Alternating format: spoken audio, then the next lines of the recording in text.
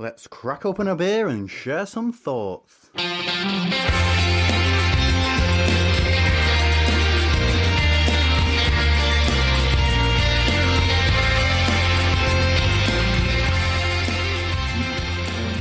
Cheers.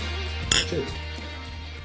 This is Hawkshead Cigar City Tiramisu Imperial Stout, which has just been chosen for us by the folks on Twitter because we were unable to decide the first beer for this week. Yeah, I was too indecisive on a Monday. Yeah, so we're undecided between this and the barrel aged version of the Caribbean chocolate cake from Siren. Because I didn't think the coffee would work first, but you suggested that the barrel-aged beer would work second. I did. So, and it seems as though the folk on Twitter have gone with you. Yeah, but this has got a hell of a lot of coffee. It does have to be said. It's the non-coffee drinker. Oh, it has, but it's really smooth. Tell you what though, the mouthfeel of the body carries it really well. It's really thick. Yeah. It's I mean, it's not a thin beer. Yeah, see, I think that when you have this kind of flavour mashup, when you're adding, like, especially like something as powerful as coffee, Yeah. I do think you need the body. Absolutely. And the mouthfeel. Yeah, I mean, this is 10% Imperial Stout, collab between Hawkshead and Cigar City. That's two very good brewers. Two very good collabing up brewers. Made with coffee beans and 8 varieties of malt. Exhibits rich, luscious layers of coffee, mocha and cream flavours.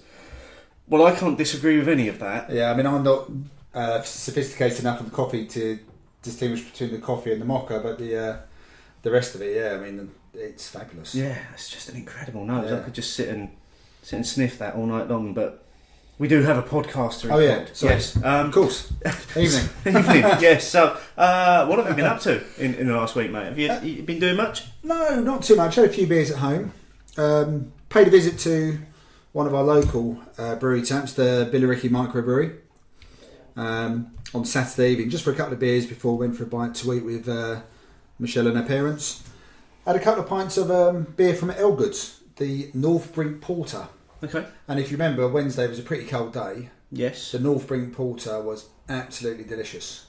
And tapped it in and thought, oh, I've had it before. You know, the little blue star comes up in the corner. I thought, well, you get that moment of devastation, don't you? When's Yeah. that been before? So I went, it was at the Rochford Beer Festival about a year and a half ago. Yeah. And I looked at it, looked at the comments I'd written down, and thought, I'm not bad at this after all. It was exactly what I thought at the time. So no, they was really nice. And what was really pleasing is that the Billericay Brewery tap had ages from about 10 to 60 in there on a Saturday evening, all mingling, all, you know, cohabitating in one place, mixture of drinking stuff from the fridges and stuff straight from the cask and Gravity. So there's a really nice feel about it as well. But the two beers were top notch. At home, shared a few beers recently. And spent the weekend at Michelle's. It was a bit of a dark weekend actually. 2 Roads Espressway. So again, another coffee-inspired stout, porter, and that was really nice. I think that was actually given to Michelle by a friend of hers who said, "Don't like coffee beers." Oh. And we said, "Okay, we'll have it." No Thank you problem very at all. much. No, that was a 4 out of 5, so I was quite happy with that. Tried the Stone Americano Stout. Don't know if you've tried that one. Oh yeah, Sure you yeah, have. Yeah. That was really nice. Yeah. Again, I'm not sure I have tried it actually, but a couple of times I've meant to try it, but I've just never got round no, to it was really nice. And again, it had loads of those dark roasty flavours as well as having the coffee and a lovely balance. And it was cold outside. It must be gravitating towards the colours at the moment because the dark beers are definitely working for me better. I'm with you on that, absolutely, yeah. A couple of bits that left me wanting, surprisingly, and I was a bit surprised about this. Okay. The Ice Cream Pale Ale, the Omnipollo Buxton. Ooh, yeah. Didn't quite work for me. I didn't feel that again, this is all from the bottle, so I haven't tried it in any other format, but didn't feel like the 5.6 Pale Ale had enough to hold what I thought was quite a strong vanilla ice cream flavour for me. It's interesting you say that because I don't think the bottle was anywhere near as good as the keg of it because I've had it from keg a few times now and it's been incredible every time I've had it, and you do get that real vanilla hit and a real thick mouth feel to it.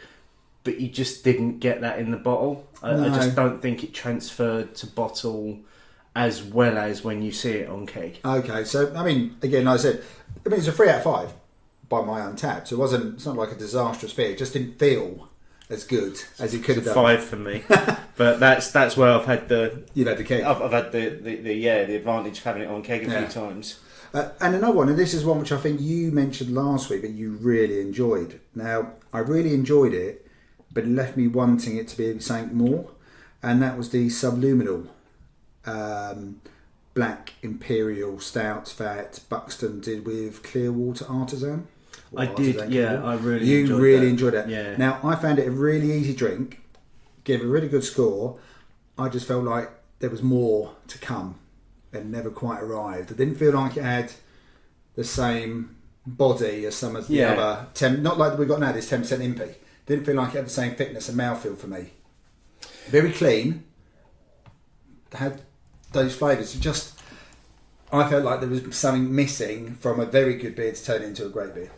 I think I probably agree with you to a certain extent, because I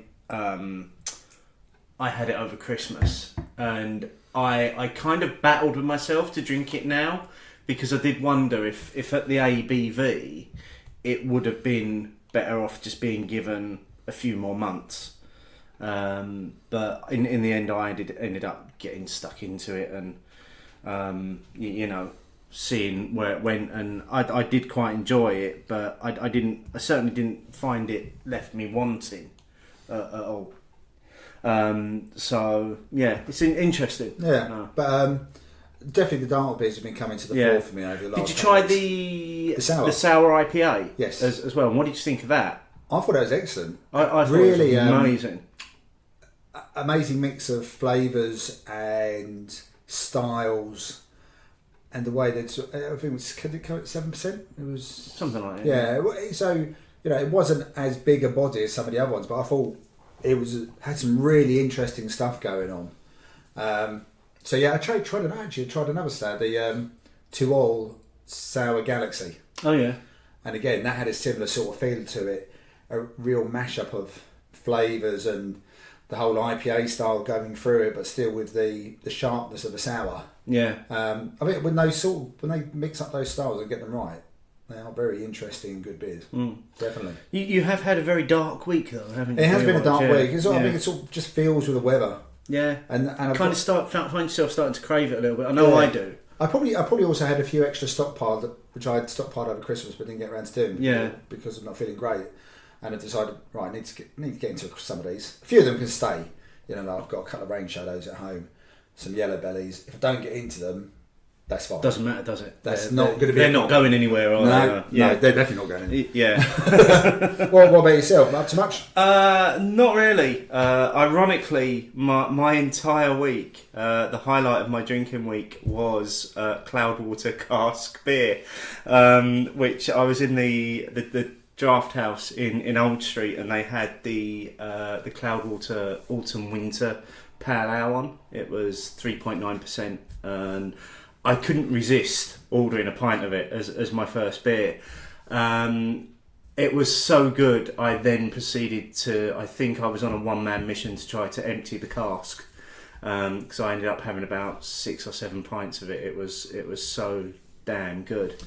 What is it with the Cloudwater Cask? Ever since they did their announcement on the 1st of January, it's appearing everywhere. It's everywhere, yeah. Is it like the goodbye tour? I think it must be. I think they've got all these casks that they need to get rid of now. It's like, well, we're not doing that anymore, so let's just get them out there. I reckon they're planning the comeback tour as well. Maybe. But no, it was... And that literally, other than having the odd beer at home, nothing of which was particularly standout, for me it was all about that one session that I had in the draft. So the highlight for you was all about Cask? It was all about Cask, yeah. Well, there you go. I know.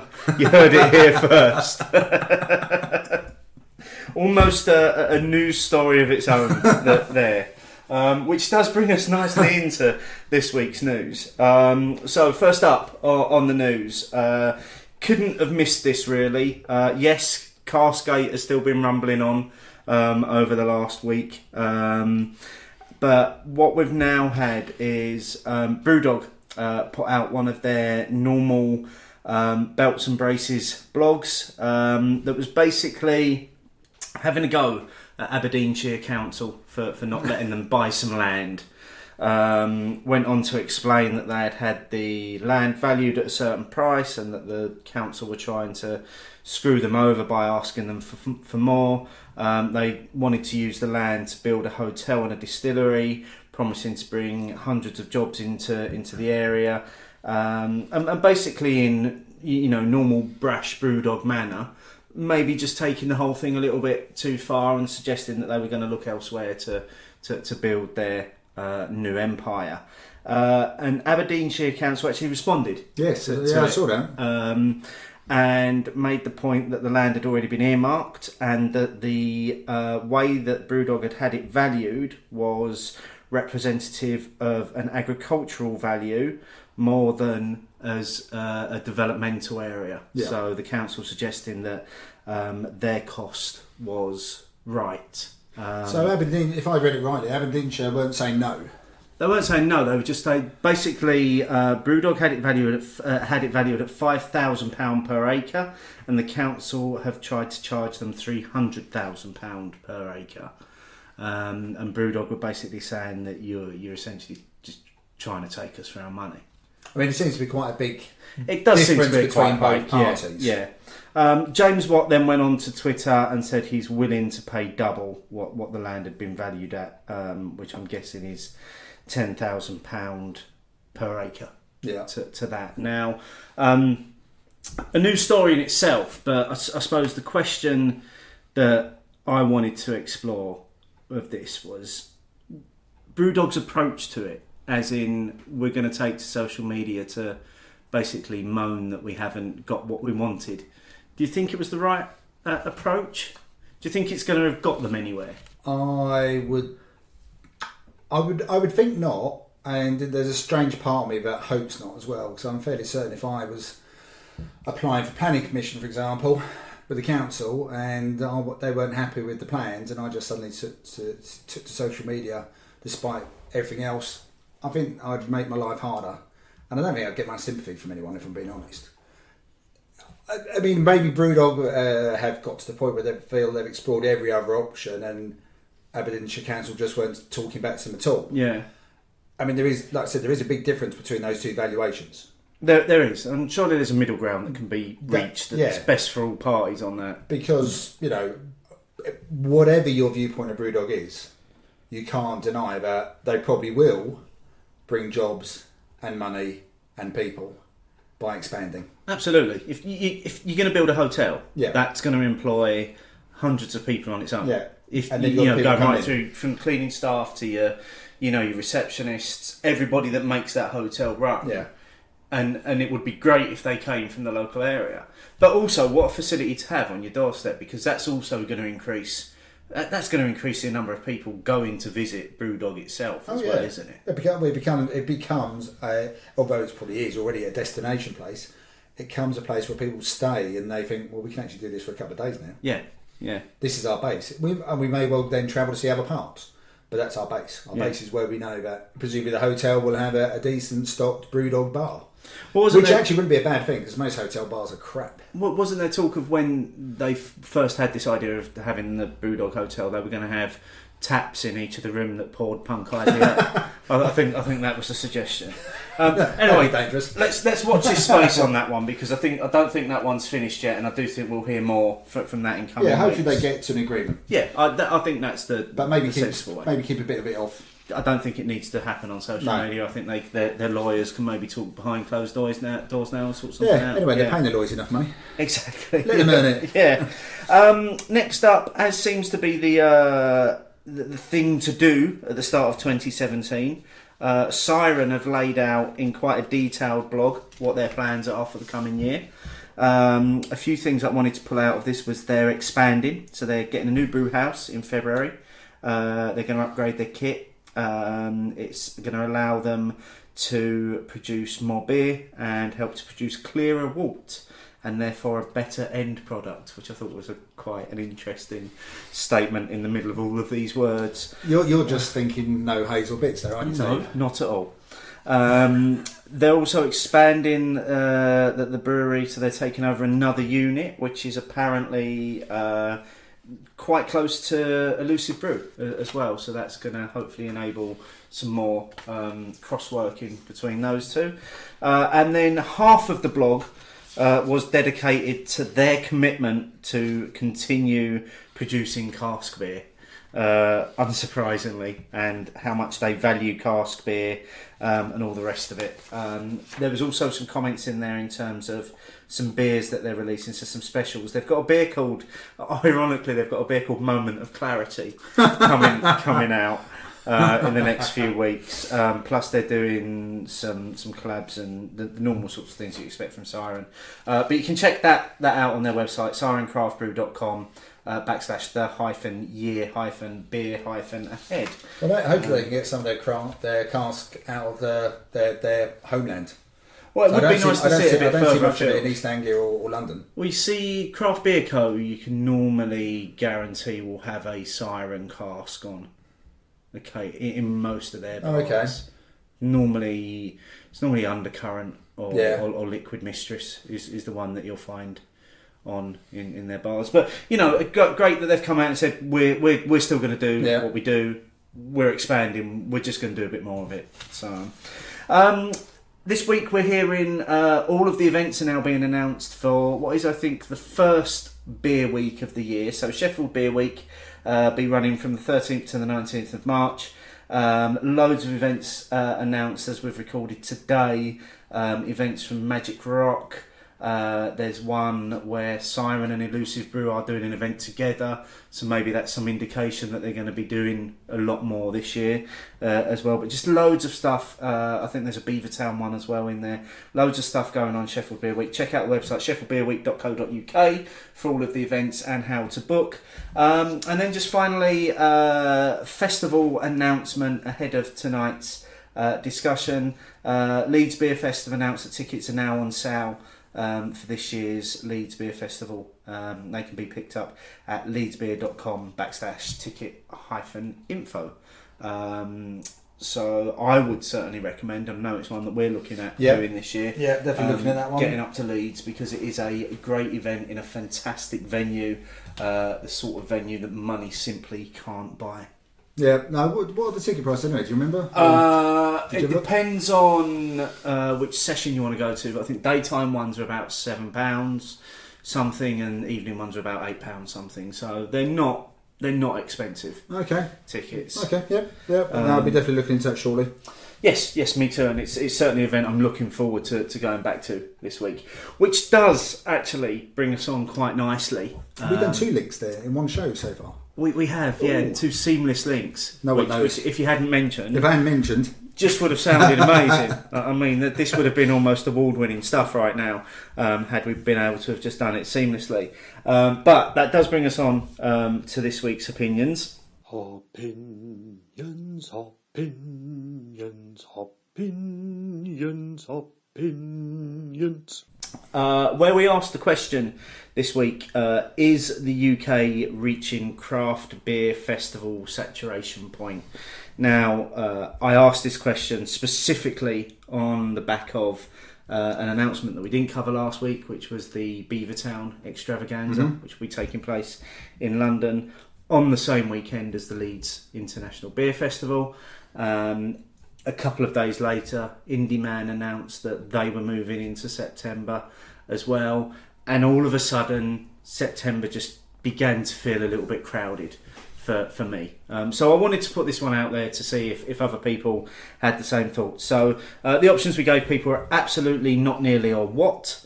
And overwhelmingly 60% of people, 258 votes, 60% of those people went for not nearly reaching saturation point, 22% on absolutely, and 18% on what. So as always, we've got comments from our listeners and those folk on Twitter, but I'm going to come to those a bit later because I want to get into our thoughts first of all on this one for a change. So lots of beer festivals now.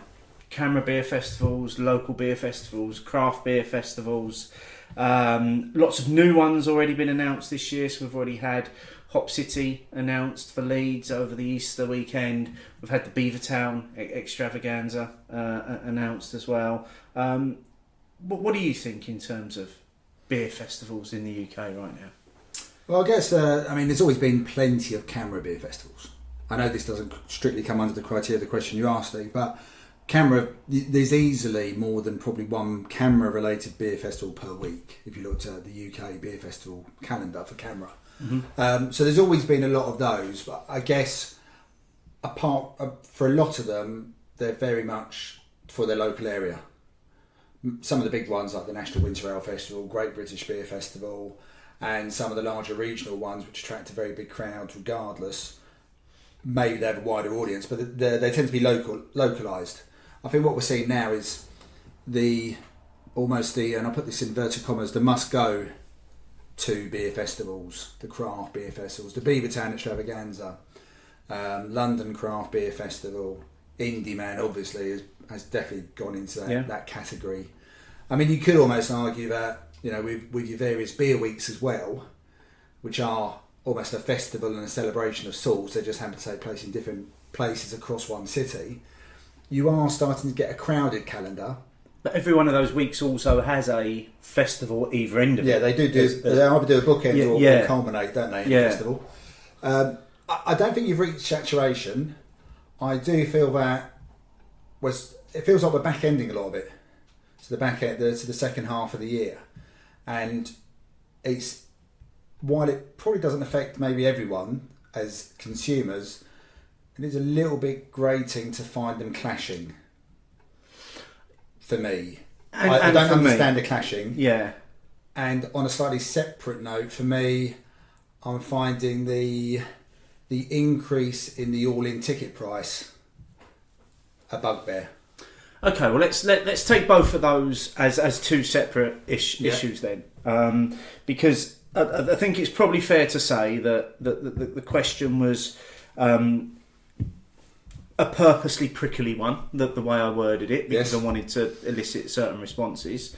But let's take the first point that you made, which I can't remember now. Lots of beer festivals. Lots of beer festivals. The tiramisu is going to my head. It was never a good idea to start with 10% beer. So there's lots of beer festivals. There are lots of beer festivals, and I'm gonna pull on one of the comments that somebody put forward. So Miles Lambert. At the end of the day, beer lovers can't afford to go to every beer festival. But are there more beer lovers now? And is that what festivals are hoping?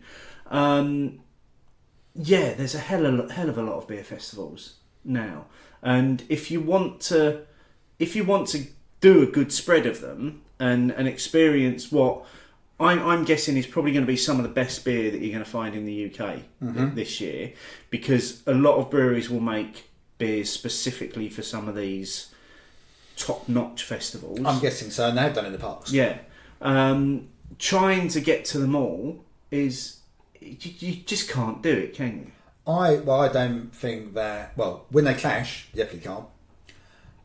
If you've got either travel costs or all-in ticket prices, then your wallet is probably saying no as well, in all honesty. Absolutely. And I think then just becomes down to making choices. But I guess the flip side of that is when you get clashes, and I guess the obvious one is the one you opened with, Leeds versus the Beavertown Extravaganza, are one or the other going to suffer because not all of the breweries who both wanted can attend? Okay, yeah, let's get into that then, because that's one of the things that's been annoying me, and people might have picked up on the odd comment that I've made on Twitter. I don't understand. I really don't understand why Beavertown chose that weekend to put on this massive extravaganza of a beer festival in London. The dates for the Leeds Festival were announced last year, straight after last year's festival. So the dates were out there, they were known, and I can't help but think that Leeds will suffer as a result, because most of the craft elite, shall we say, are going to be at the Beavertown Festival. They've already been announced at being at the Beavertown Festival. So when I was at Leeds last year, there were bars there. Magic Rock had their bar, Buxton had their bar, Cloudwater, all these big breweries had their bars. I don't see that being the case this year. That there might be 2 Magic Rock taps on a generic bar, and I think as a result of that, I think the punters will suffer, because not everybody's going to be able to afford to go to the Beavertown Festival. Not everybody's and everybody maybe from Leeds or from the north that would have chosen the Leeds Festival is going to want that all-inclusive ticket price of £55, plus probably the same again on travel, plus probably the same again on accommodation. Yeah. So I don't get it. I don't get why they chose that weekend, unless they purposely set out going into competition against Leeds. I'd hope it's not the latter. It could be a simple case of not looking. I'm not saying they did or didn't, and I'm not saying they should or shouldn't, but they just may not have even considered it. They may have just looked at their own scheduling for the year and said, right, well, we're doing these events, and we've already said yes and yes to going to these other events. This weekend works best for us. I mean, I guess sometime around then there's also the Rainbow Project release as well. So they're doing that at the Beavertown. So I'm guessing they factored weekend. That in. Yeah. Oh, they're doing it the same weekend. It is so going to be at the extravaganza as well. Yeah. But again, even that was later in the year before, wasn't it? It was 2 weeks later. But even that, does that mean that that's the only Rainbow launch that there will be this year, will be at that event? Or will we still see the Magic Rock Taproom do one, the Siren Taproom do one? Because both of those breweries are committed to the Beavertown event now. So does that mean, again, that people's choice is being taken away from them unless they're prepared to pay a £55 all-in ticket? Yeah, well, I'm not. No, I'm not. So that one's easy. Yeah. I'm yet to be convinced that I get my value for money on an all-in ticket. Well, I think I demonstrated with my experience in Copenhagen last year that I clearly didn't. I think War Piece has a little bit to play in there. But that everything in moderation, as they say, yeah. I think I've made my views clear. I'm not a massive fan of the small pours. Yeah. And I don't know if that would be applicable to the Beavertown Extravaganza, but definitely for the couple of the other ones I've been to, that you get the small pours, and I'm thinking, well, I've had the small pour, now I've got to go and queue up again. Yeah. So I'm forever queuing. It's like going bloody greyhound racing. Every 15 minutes you're up, because you're making it better, because the races come so thick and fast. Mm-hmm.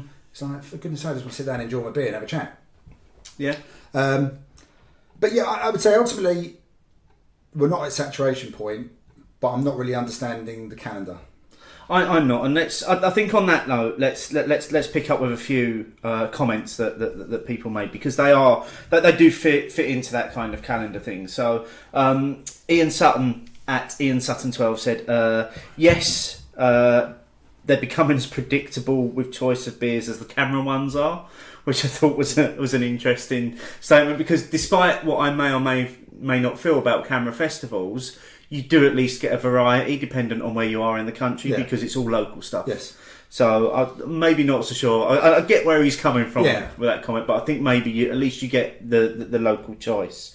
Mark Johnson, who I must admit, apologies, Mark. We forgot to say this last week. Thank you for now appearing on our intro with that wonderful quote of yours. Really makes it for us. So thank you for putting that forward and wanting to be a part of what we do here. Mark said that yes, you want the calendar to be filled with can't miss dates rather than, well, there'll be another one next week. So that's again another good point, that if you've got all of these festivals, are they just going to be serving the same beer? And if you've got a beer that's been produced for one specific festival, maybe that's something hop forward that appears at a festival 3 weeks later, it's going to be in very different condition in that period of time. True. Justin Mason, that 1970s boy, who hasn't had a comment for ages, it has to be said. Possibly many offer the same beers, and breweries have an almost prohibitive price point, or are just too far up their own arses. Justin being typically to the point with that comment there.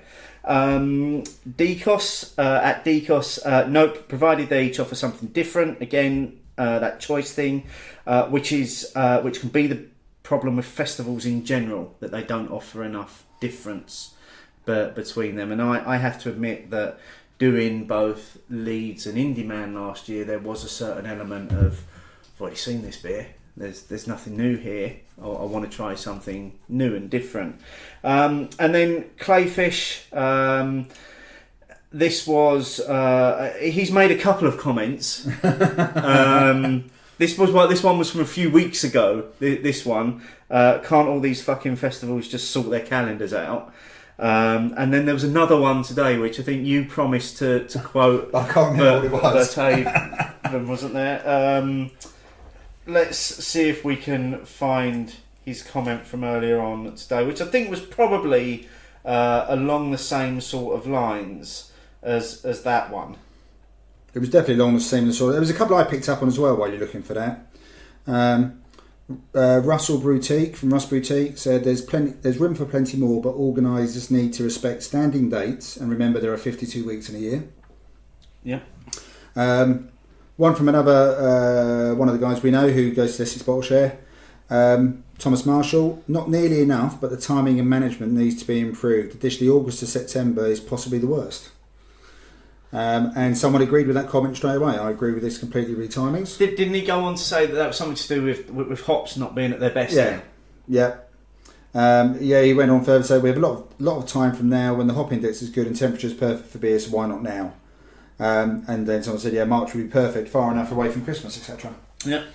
So Clayton's other comment, I don't think there's too many, just that the dickheads organising them want to hold them all on the same day. So yeah, definitely along the same vein. Yeah, he hasn't forgiven Indie Man for moving. No, from what I understand, that's down to the venue, not down to their choice. Yeah, no, to I read that September. because part of they're starting the restoration of the Turkish Yes, baths. yeah. Which has been part of the Friends of the Victorian baths anyway, hasn't it? Yeah, it's just unfortunate, I think, that it moved into a month this year that,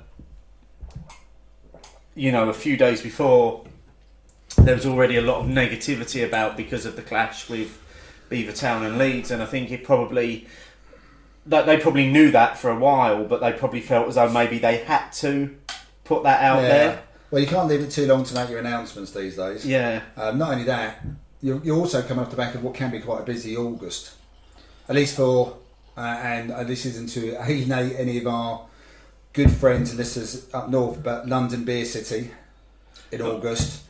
Not just London Beer City, Leeds Beer Week as well. Is that the same? In August, at the end of August. So again, August and September are just ridiculously big months. Yeah, because we finish off with the London Craft Beer Festival, and you've obviously got the Great British Beer Festival as well. Yeah. What did you think? What was your final thoughts on the tiramisu? I really enjoyed it. I mean, it was lovely for 10% impy, wasn't it? And as it warmed, yeah, the flavours just started really coming together. Started to taste more like the cake, didn't it? And it was like liquid tiramisu. Yeah. At the end, which I always when a beer can do that, it does always put a smile on my face. Yeah. And I start to think that's really good brewing there to come out with that. No, I think so. And again, I mean, I don't drink enough Hawkshead, actually. No, I don't. I don't. And interestingly, lending itself to the discussion that we're having, Hawkshead have been very vocal this week, saying they're going to be at Leeds Beer Festival and that they're going to be serving all of their beers and they can't wait. I'll have to correct it. Correct my Hawkshead gaps. Yes, just sit yourself at their bar and enjoy all of their beers. So we've just poured the second beer of the evening, which is the Siren and Cigar City collaboration. So a bit of a theme tonight, collabs with Cigar City. This is the barrel-aged version of the Caribbean chocolate cake. So this is a tropical stout aged in bourbon barrels. You can get the bourbon. Whoa. Yeah, cheers. Straight away that just comes flooding out of the glass. Bourbon with a little bit of fruit in the background, actually. Cool, bourbon straight away as well. Quite warming. That's all that, yeah. Ooh. It's like a shot of Jack Daniels and Coke. Yeah, I think we may have got the order the right way around. I think so. I think if we'd done that first, may well have killed us for the evening. So just coming back to some of the comments. Obviously, we had a lot of people you know, what we just went through was people saying, you know, the clashes, the calendar. There's a lot going on. There were a few people that kind of also comment on locational things as well in terms of the question about saturation point. So a few people specifically said we've not reached saturation until it reaches the Isle of Man, East Scotland or the Midlands, and that final point's interesting because on the back of what you said last week, with the Birmingham Beer Bash sadly no longer being happening. There's now this. There's actually a gap in There's Midlands. a void in the Midlands. Yeah, I mean the Birmingham Beer Bash was, you know, quite a relatively small one, but you felt like if they could get it together, and like I said, I'm sure there's lots of factors, and it wasn't an easy decision. Then that definitely had potential to grow because, you know, there's plenty of interest up in the Midlands and stuff, and there's so many people. Yeah, it's not like you know, so it's quite a dense part of the world. Absolutely. So I would agree. I think whoever's out there, if they're living on the Isle of Man, there may be an ambition. Yeah, I think so. There's some optimism on that one. You can maybe, if you can do it around the time of maybe the TT race. Yeah. You know, you guarantee the crowd. Exactly. At least then. But I'd say if there's anybody that I suppose my one hope is if there's someone from the Midlands thinking there's a gap in the market, let's run a festival. Please don't do it in September. Because I don't think you would ever be forgiven for it. Just on the flip side of the locational stuff as well, and somebody showing the positive side of their location. So James at Gammon Baron is basically as happy as a pig in shit because he's in Leeds. So not only does he listed about 6 events. He did. He's got a number of events, a couple of which are obviously the Leeds International Beer Festival and the Hop City event as well, which sounds like it's going to be amazing. Yeah, it does sound good. Just unfortunately for me, just falls over the Easter weekend. So no, trying just really impractical. But I'm sure that's going to be a fantastic event. Yeah. And I'm going to sit back. There's some good people involved in it. Yeah, and I'm just going to mute Twitter for that weekend because I'm just the jealousy is going to get too much. Too much for you. I think for me, yeah. The beer envy, the FOMO that I said I wasn't going to have about beer this year is going to be there. Is there a solution about the craft beer festivals? That's the thing. I mean, that's the thing. So we've put the question out there. The majority of people think there aren't enough, but there's a few comments have come through about the clashes and things like that. I mean, how much do the clashes matter? I mean, you've given some good examples where potentially Leeds International Beer Festival might suffer. I mean, I guess until it's all actually announced, you don't know. It may also give opportunity. You know, if you take away some of those taps or bars from some of the craft brewing glitterati, you may get some of those ones who may have struggled to get some taps or a bar. So there may be opportunity where suddenly Leeds is presented with a whole new wave of people who would not have had so much exposure. So I mean, is it a problem? I don't know that it is a problem because I thought that specifically about Leeds that actually this presents a great opportunity for them to go to some of that next level breweries that are just up and coming. So the likes of Verdant, Odyssey, Elusive, and approach these people and say, we've got a showcase. We've got a showcase for your beers. What can you do? Yeah. And I would love to see those breweries step up to that. I think that would be quite an amazing opportunity for some people. When if Leeds are feeling maybe a little bit hard done by, maybe there's a chance for them to sort of turn it on its head. I think they've got to look on the positive side of it. There's nothing they can do about it now. It's done. I think interesting. I suppose in answer to your question, the festival organisers could just be a bit more diligent. They could check the calendar, make sure there's not already something going on, and talk to one another. I was massively sceptical a few years ago when they announced the London Craft Beer Festival was going to be the first one was going to be at the same time as the Great British Beer Festival.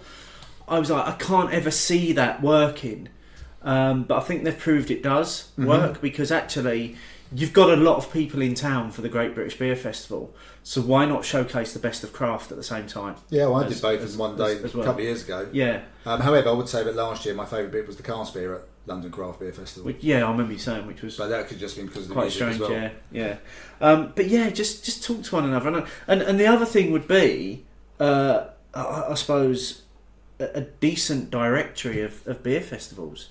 I mean, we've tried to look a couple up. Yeah, we found a few, and there are some good efforts being made. Yeah, but which are there's not... combining the camera, some local ones, and some of the craft ones.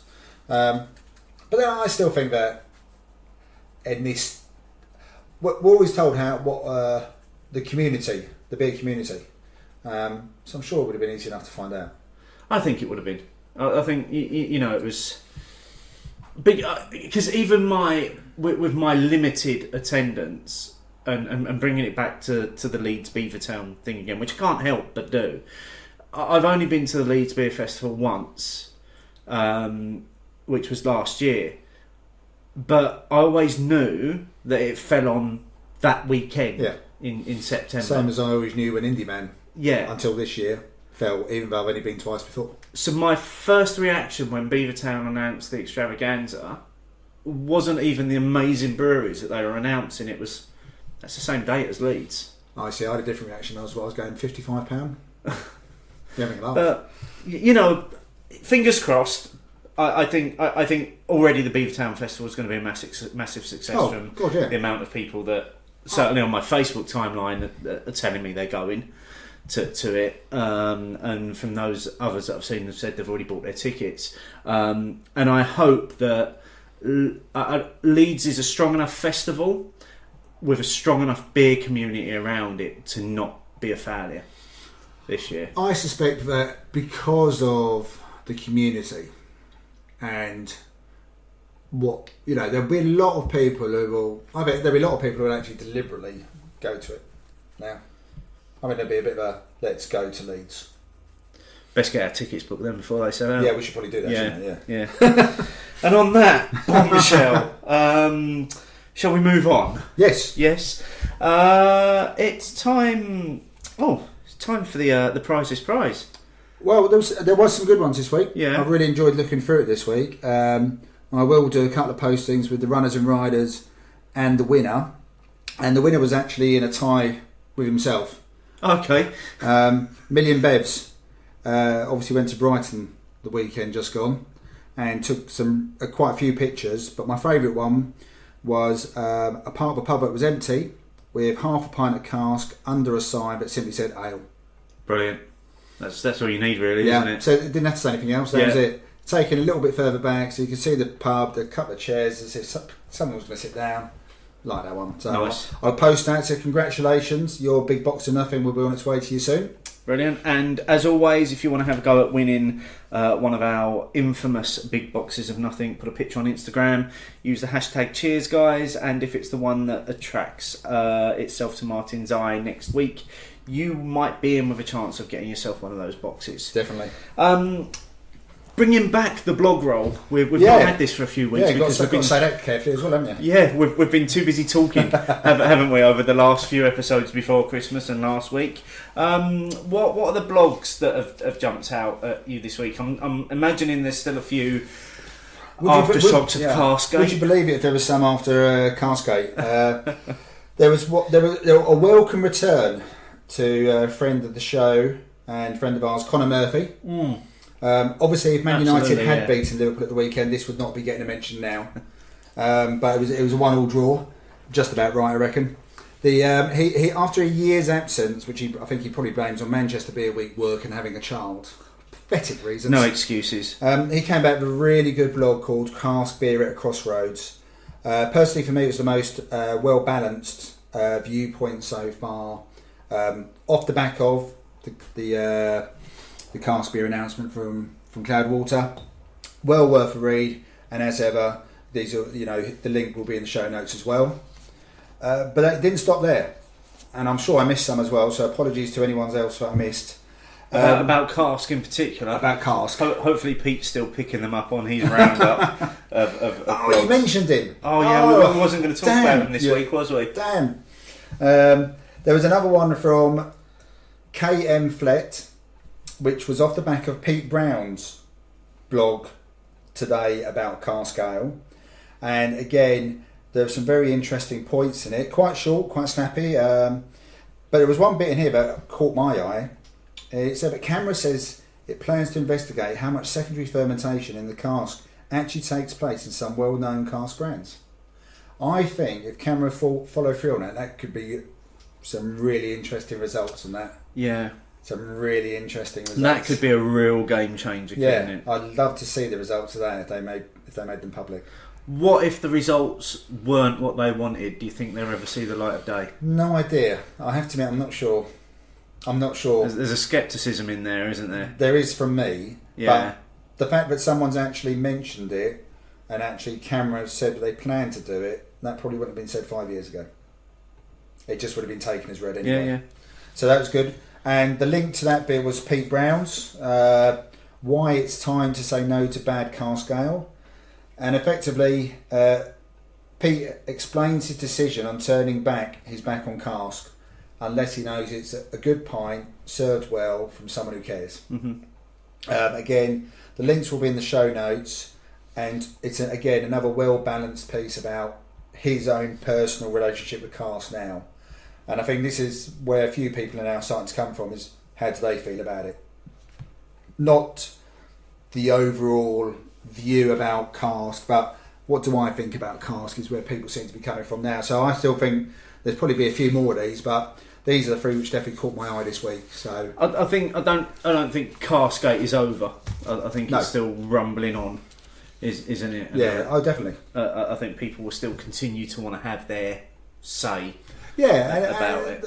I think part of the reason for that is because cask is ingrained for a lot of us.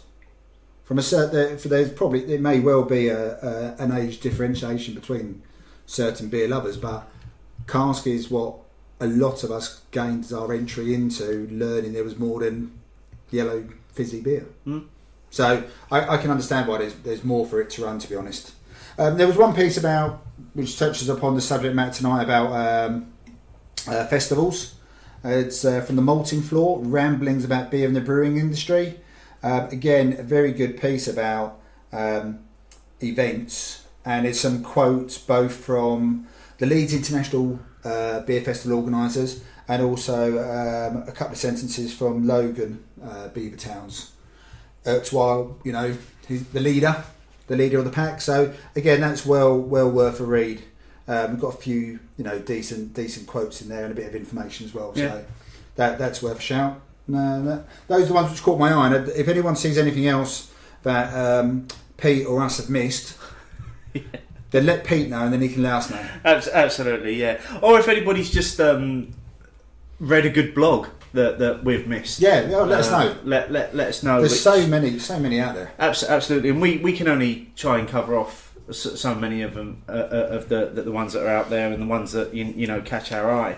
And again, that lends itself very nicely to a new section that we're going to introduce on Hopinions, which is letters, by which I mean... What's a letter? Tweets. So basically, we're going to give you the opportunity to tweet us every week, use the hashtag Hopinions, and basically ask us any question that you might like to ask us about beer, the industry, what we've been drinking, what we think of something, and we'll be sure to give it a shout out on a show.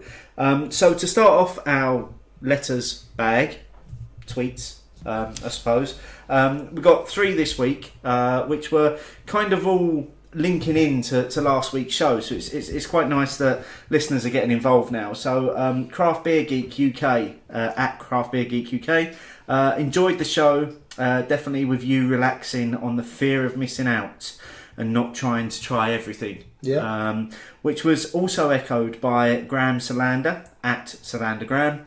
Listening to this week's show, and I agree that I need to stop searching for every newly released beer too. So it's not just me that feels that way. Yeah, and I think I sort of touched on it before, and a few other people have said it. It's not easy though. It's not. It's absolutely not. It's not easy, but I think that just even if I take it down just a notch, and just accept. I think level of acceptance. I can't get hold of all the beer all the time. Yeah, although that's probably gonna. That FOMO will probably start prickling again in a few weeks' time when the first Cloudwater cans start rolling off the line. That didn't go unmissed on Twitter today. You mean would be rubbish again? Yeah, probably. And then finally, in this week's letters, Catsil at Katrinas I picked up a bottle of Theakston's a while back for 79p, so that's the beer that we drank last week. I use it in baking. I found it more palatable than the Innis and Gunn. So, I think you made the point. It's what Innis and Gunn original used to be. Yeah, absolutely. So that's the new letters section. Yeah. As I say, if you want to get involved, this is one that's just for the people that listen to the show. So we're not going to be shouting about this on Twitter at all. No. So this is for you, our listeners. If you want to tweet us something, use the hashtag Hopinions, and we'll read it out on the next show. Yeah, no, I like that. That's I like the fact that a few people have listened and given us a bit of feedback. Yeah, it's always nice to know that we're not just talking to ourselves. Yeah, here, definitely, and that people are actually listening to what we're doing. So we've got quite a busy week ahead of us now, haven't we? Yeah. Well, we've got a few things. There's a couple of things I just want to make a shout out, which are coming up. Yeah. In the next week or so, my local beer festival, the Colchester Canberra Beer Festival, from the 25th to the 28th of Jan, into its 10th year now. So I'll be making a visit to that. So if anything really good is at that one on the night I go, I'll be sure to let everyone know. That's I always look forward to that. It's like anything which is local is handy. Mm. It's 20 minutes from the house, so that makes a difference as well. And a shout out to Mark Watson, of Watson Brewery, who's been a member of the Essex Bottle Share for around a year or so now, and had a whole page article in the local Colchester paper stating he was Essex smallest brewery, and he's managed to get some of his beers out in bottles to some of the local bottle shops, and he's also managed to get some of his beer taken for the aforementioned Colchester Canberra Beer Festival. Brilliant. I'd like to think that Essex Bottle Share has played a large part in his success, Of course. Without us, he probably wouldn't be where he is. Absolutely. But, again, what's that? That's Mark's been coming to Bottle Share for, about 6 months now? 6 months to 8 months now? So I think he started on and off, and then it picked up during the summer, and it sort of tailed off a little bit. He was back again in January with some of his new offerings, wasn't he?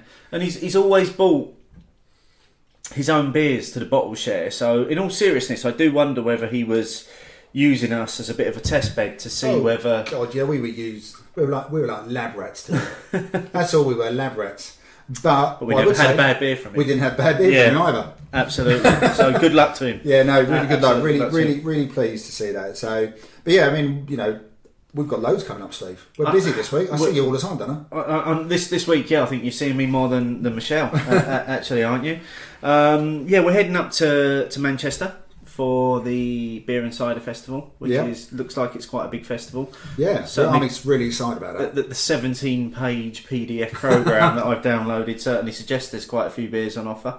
But while we're up there, we're going to be recording a few podcasts as well. So we're going to record next week's show, which is what we're billing as a 2-part crossover event with the fantastic guys from Beernomicon. Yeah. We are going to be preaching the 10 commandments of Untapped and things that you should and shouldn't do. There's one particular section I'm really looking forward to. I think we all know what that is, and yeah, I'm maybe not so much looking forward to that bit. But that's going to be, we're going to split that podcast because we like to talk, they like to talk. Yeah. It could be quite a long recording, so we'll be putting the first part of that out in our normal Friday night slot. We'll give you a couple of days to listen to that, and then they're going to put the second part out on the Monday, so you'll have the 2 parts to listen to. Just keep your ears open for that one. We're also going to be recording on the way back from Manchester. We're going to stop off at Stoke, and we're going to record with Roland from Stephen Rowland's Beer Podcast fame, where we're going to be doing a special about beer and coffee. Yeah. Which I'm very excited about because Roland is bringing along 3 beers that their coffee, so Roland works for Has Been Roasters. Yeah. Has Been coffee has been used in a number of beers, but he's bringing along 3 beers that their coffee's been used in. And he's also bringing along the coffee that went into the beers as well. So I believe we're going to be doing some beer and coffee matching to see if we can... That'd be good for me because I'm not You're actually not a coffee fan drinker. of coffee, are you? I'm not a fan of coffee, but I'm a fan of coffee and beers. So it'll be interesting to see how that goes for you. So quite an exciting week for us. Yes, definitely. Lots of recording. And that pretty much covers off the next couple of weeks for us as well in terms of some content. But As always, the polls will always be up in a Sunday night for you to get involved in. You can still get involved in tonight's discussion. Just make sure to use the hashtag opinions on everything and we will pick it up. I think we're pretty much the only people that use that hashtag out there, so it's not going to be picked up by someone randomly talking about something. And just get involved in what we're doing. And like I say to you guys, our listeners, get involved in the new letters, by which we mean tweets section. That might become its official name, actually. Tweets. No, letters by which we mean tweets. Doesn't exactly roll off at the tongue. Not catchy. I'm going to work on that. If anyone wants to tweet us a better suggestion, feel free. If anybody wants to record us a little jingle to introduce that section, I would love that as well. So there's a opportunity for somebody there. Let's get some final thoughts on this beer then before we finish. The bourbon's starting to ease off as it warms up and you start getting used to it. Yeah. It's still there. It's You get a bit of chocolate behind it, but the bourbon's still leading. It's maybe a little bit too boozy for me at the moment. I can see what you're saying in terms of it's softening as it's warming. Yeah, but it's still the first thing I taste. It's first thing you taste, and it lasts a while as well. You're right. There's a little bit of chocolate. There's a little bit of fruit in there as well for me. But yeah, it's. I don't think we'll be finishing this one before the end of the show. Definitely not tonight. This one will be sipping into the evening. But. Yeah, I think we're just about covered off on everything this week, aren't we? I think we have. It's been a good one. Okay, brilliant. Well, until next time. Cheers. Cheers.